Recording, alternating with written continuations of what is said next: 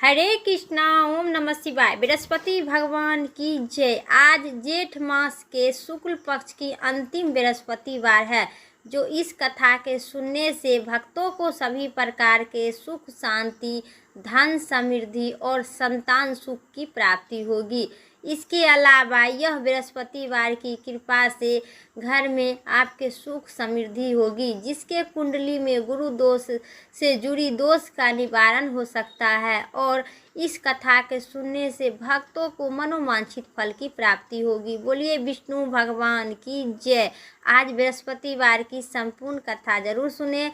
Channel पर नए हैं तो कमेंट बॉक्स में विष्णु भगवान की जय जरूर लिखे। कथा मनचित और श्रद्धा भाव से जरूर पूरा सुने। भारतवर्ष में एक राजा राज करता था। वह प्रतापी और दानी था। वह प्रति मंदिर में भक्ति भाव से दर्शन के लिए जाता था। वह ब्राह्मण और गुरु की भी सेवा किया करता था। उनके द्वारा कोई भी याचक निसहार होकर नहीं लौटता था। वह प्रत्येक गुरुवार का व्रत रखता था एवं पूजन भी किया करता था। हर दिन गरीबों की सहायता करता था, परंतु यह सब बात उनकी रानी की अच्छी नहीं लगती थी। वह तो न व्रत रखती थी और न किसी की कोई चीज़ एक पैसा दान में दिया करती थी। वह राजा से ऐसा करने के लिए मना किया करती थी। एक समय की बात है, जो राजा शिकार खेलने के लिए वन में चले गए। घर पर रानी और दासी थी। उसी समय गुरु भगवान बृहस्पति साधु भेष रूपी धारण कर राजा के दरवाजे पर भिक्षा मांगने के लिए आए। साधु ने रानी से भिक्षा मांगी तो वह कहने लगी कि हे साधु महाराज, मैं इस दान और पुण्य से तंग आ गई हूँ। इस कार्य के लिए मेरे पति देव ही बहुत है। अब आप ऐसी कृपा करें जो सारा धन नष्ट हो जाए तथा मैं आराम से रह सकूं। उस साधु रूपी बृहस्पति देव ने कहे, हे देवी, तुम बड़ी ही विचित्र हो। संतान और धन कोई भी दुखी नहीं होता है, इसके सभी चाहते हैं। पापी भी पुत्र और धन की इच्छा लालच रखते हैं। अगर तुम्हारे पास धन अधिक है तो भूखे मनुष्य की भोजन करवाओ, प्याव लगवाओ, ब्राह्मणों को दान दो, धर्मशाला बनवाओ और कुआं, तालाब, बावड़ी, बगीचे इत्यादि का निर्माण कराओ और तथा निर्धन कुमारी कन्याओं को विवाह करवाओ। साथ ही यज्ञ करो। इसी प्रकार कर्मों से कर्म करने के कुल का आपका नाम परलोक में सार्थक एवं होगा एवं स्वर्ग लोक की प्राप्ति होगी। परंतु साधु की इन बातों से खुशी नहीं हुई। उन्होंने कहा, हे साधु महाराज, मुझे ऐसा धन की कोई आवश्यकता नहीं है जिससे अन्य लोगों को दान दूं तथा इसके रखने और संभालने में मेरा सारा समय नष्ट हो जाएगा। साधु ने कहे, हे देवी, यदि तुम्हारी ऐसी इच्छा है तो जैसा मैं तुम्हें बताता हूँ वैसा ही करना। बृहस्पतिवार के दिन घर को गोबर से लीपना, अपने केशों को पीली मिट्टी से धोना, केश को धोते समय स्नान करना, राजा से कहना कि हजामत करवाए, भोजन में मांस मदिरा खाना, कपड़ा धोबी के यहाँ धुलवाने देना। इसी प्रकार 7 बृहस्पतिवार से करने से तुम्हारा सभी धन नष्ट हो जाएगा। यह कहकर साधु रूपी बृहस्पति देव वहाँ से अंतर्ध्यान हो गए। रानी ने साधु की कहने के अनुसार 7 बृहस्पतिवार तक वैसे ही करने की विचार किए। साधु बताए अनुसार करते केवल 3 बृहस्पतिवार ही बीता कि उनके समस्त धन नष्ट हो गया। भोजन के लिए रानी के लिए भोजन में परिवार में तरसने लगी तथा संसारिक भोगों से दुखी रहने लगा। तब वह राजा रानी से कहने लगी कि हे रानी, तुम यहाँ पर रहो, मैं दूसरे देश जाता हूँ, क्योंकि यहाँ मुझे सभी मनुष्य जानते हैं, इसलिए मैं यहाँ कोई कार्य नहीं कर सकता हूँ। अब मैं परदेश जाता हूँ, वह कोई काम धाम करूँगा, शायद हमारे भाग बदल जाए। ऐसा कहकर राजा परदेश चला गया वह जंगल में लकड़ी काट कर लाता और शहर में बेचता। इसी प्रकार जीवन व्यतीत करने लगा। इधर राजा के बिना रानी और दासी दुखी रहने लगी। किसी दिन भोजन मिलता और किसी दिन पानी पीकर रह जाती थी। एक समय रानी और दासी 7 दिन बिना भोजन के व्यतीत करना पड़ा। अपनी दासी से कहे, हे दासी, यहाँ पास के नगर में मेरी बहन रहती है, वह बड़ी धनवान है, तो उसके पास जाकर और 5 सेर बेझर मांग कर ला, जिससे कुछ समय के लिए गुजारा हो जाए। दासी रानी की बहन के पास गई। रानी की बहन उसी समय पूजा कर रही थी। बृहस्पतिवार का दिन था। दासी ने रानी की बहन से कहे, हे रानी, मुझे आपकी बहन भेजा है, मुझे 5 सेर बेझर दे दो। दासी ने यह बात अनेक बार कही, परंतु रानी की बहन ने कोई उत्तर नहीं दिया, क्योंकि वह उस समय बृहस्पति देव की पूजा कर कथा सुन रहे थे। लौटकर रानी ने बोली कि हे रानी, आपकी बहन बहुत धनीवान स्त्री है, वह छोटे लोगों से बात भी नहीं करती है। मैंने उन्होंने कहा तो उन्हें कोई उत्तर नहीं दिए, मैं आपस आई हूँ। रानी बोली, हे दासी, इसमें उसका कोई दोष नहीं है। जब बुरे दिन आते हैं तब कोई सहारा नहीं देता है। अच्छे बुरे को पता तो विपत्ति की समय ही लगता है। ईश्वर की जो इच्छा होगी उसी प्रकार होगा। यह सब हमारे भाग्य का दोष है। इधर रानी की बहन ने सोचा कि मेरी बहन की दासी आई थी, परंतु मैं उससे नहीं बोली, इसमें वह बहुत दुखी हुई होगी। अतः कथा सुनकर और भगवान विष्णु की पूजा के समाप्त कर वह अपनी बहन के घर आई और कहने लगी, हे बहन, मैं बृहस्पतिवार का व्रत कर रही थी, तुम्हारी दासी हमारे घर आई थी, परंतु जब तक कथा होती है तब तक हम लोगों ने उठते हैं और न बोलते हैं, इसलिए मैं नहीं बोली। कहो, दासी क्यों गई थी? रानी बोली, हे बहन, हमारे घर में अनाज नहीं था, वैसे ही तुमसे कोई बात नहीं छिपाती हूँ, इसी कारण मैंने दासी के तुम्हारे पास 5 सेर बेझर लेने के लिए भेजा था। रानी की बहन ने बोली, बहन देखो, बृहस्पति भगवान सबको मनोकामना पूर्ण करते हैं, शायद तुम्हारे घर में अनाज होगा। यह सुनकर दासी घर के अंदर गई और वहाँ उसने एक बेझर भरा मिला। उसे बड़ी ही हैरानी हुई, क्योंकि उसने एक बर्तन को देख लिया था। उसके बाहर आकर रानी की बताई। दासी अपनी रानी से कहने लगी, हे रानी, देखो, ऐसे हम लोग तो अन्न नहीं मिलता है, हम लोग रोज व्रत ही रखते हैं। अगर इनसे व्रत की विधि और कथा पूछ ली जाए तो उसे हम भी क्या करेंगे।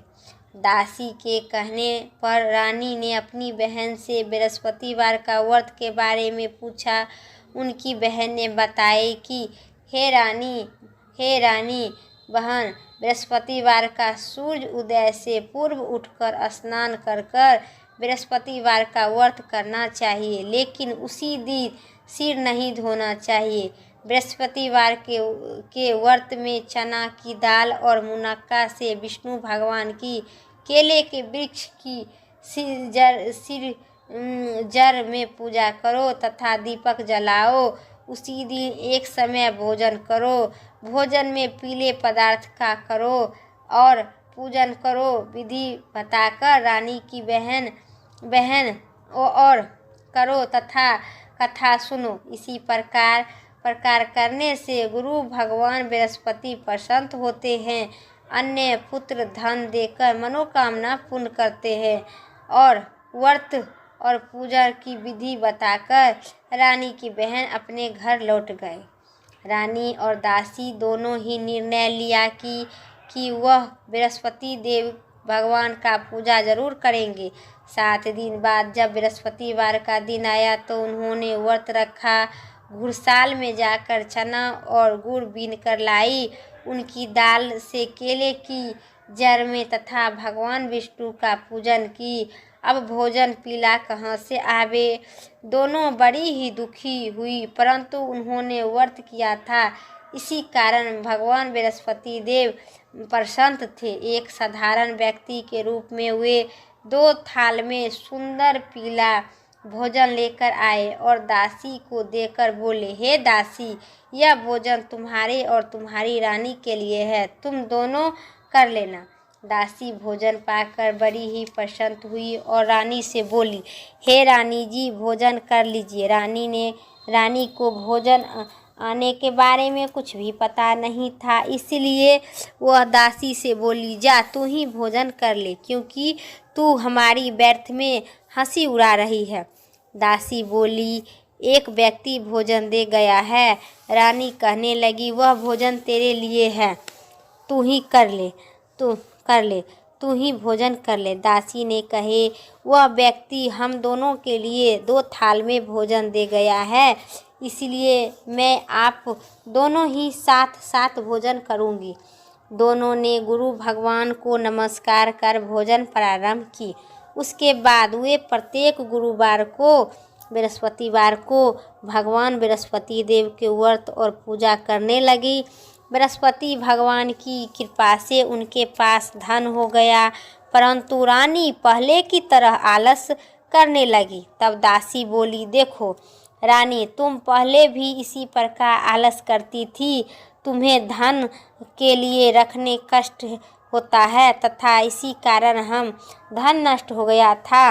अब यह धन बड़ी मुश्किल से पाए हैं, इसीलिए हमें दान पुण्य करना चाहिए।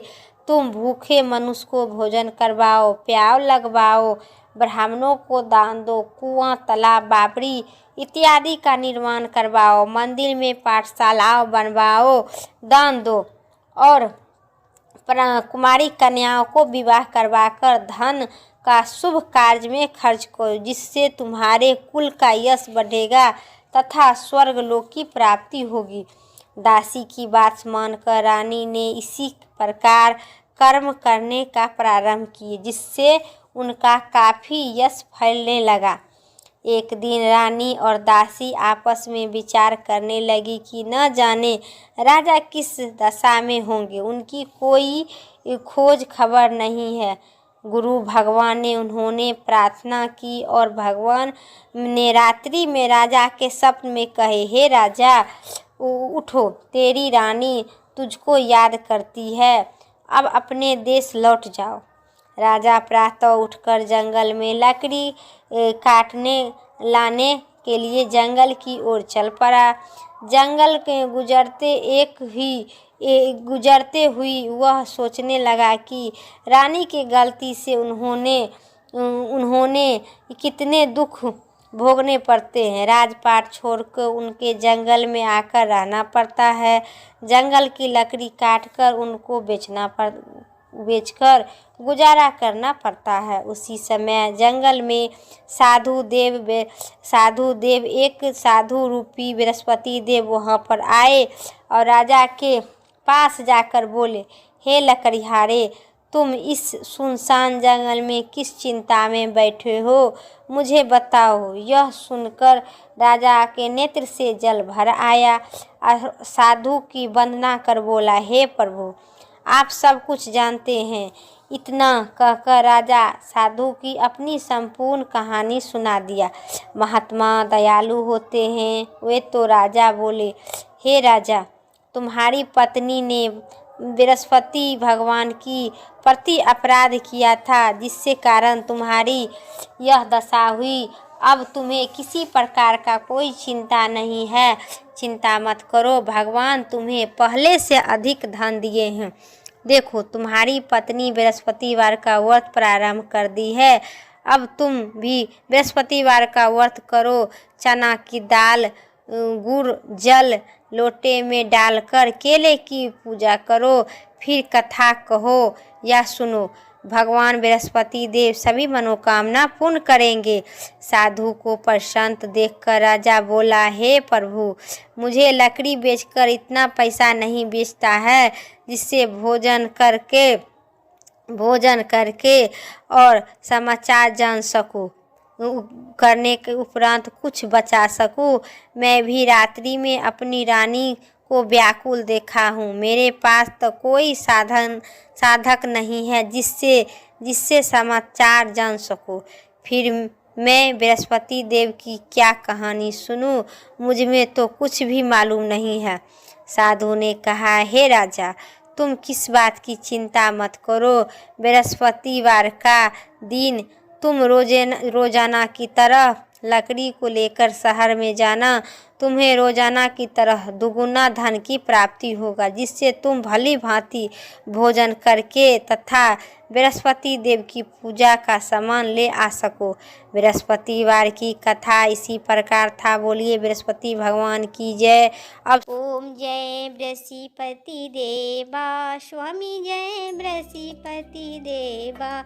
छीनी छीनी भोग लगाऊं, कदली फलिने बा। ओम जय बृहस्पति देवा।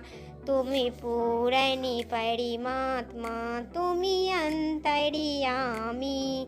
जगति पिता जगदीश्वर, तुम्ही सबके स्वामी। ओम जय बृहस्पति देवा। चरे नामति निजी मल, सभी पातकी हरिता। सकल मनोरथ दया करी, कृपा करो भरिता। ओम जय बृहस्पति देवा। तनि मनि धनि अर्पण कर, जो जन शरण पड़े। प्रभु प्रगट तब होकर, आकर द्वारी खड़े। ओम जय बृहस्पति देवा। दीन दया निधि भक्त निहितकारी। पाप दोष सब हरिता, भव बंधन हारी। ओम जय बृहस्पति देवा। सकल मनोरथ दया कर, सभी हृदय हारी। विषय बिटारी मिटाओ, संतान सुख हारी।